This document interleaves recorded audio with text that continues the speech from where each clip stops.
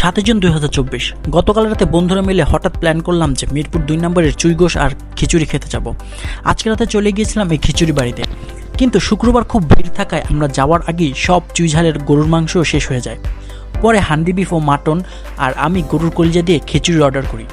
আমাদের ভর্তা ফ্রি দেওয়ার কথা থাকলেও ভর্তা শেষ হয়ে যাওয়ায় ভর্তা আর পাওয়া হয় না। আমাদের সবার প্লেটে ছিল 200 টাকা করে। এই চুইঝাল দিয়ে খেলে 150 টাকা করে পড়তো প্রতি প্লেট, কিন্তু মাংসের পরিমাণ একটু কম থাকতো। আগে এই খিচুড়ি 2 নম্বরের স্টেডিয়ামের পাশে রাস্তায় বসতো, কিন্তু মানুষ গাড়ি থামিয়ে এখানে খেত বলে একটি ট্রাফিক জ্যামের তৈরি হতো।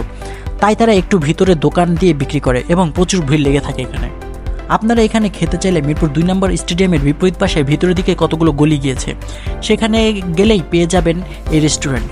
এখানে টেস্ট রেস্টুরেন্ট থেকে কোনো কম হবে না মনে হয়। 150 থেকে 200 টাকার মধ্যে ডিসেন্ট অ্যামাউন্টের মাংস ও খিচুড়ি পাওয়া যাবে এখানে, যা খেলে লস হবে বলে মনে হয় না। কিন্তু হান্ডি বিফটা আমার ফ্রেন্ডের কেন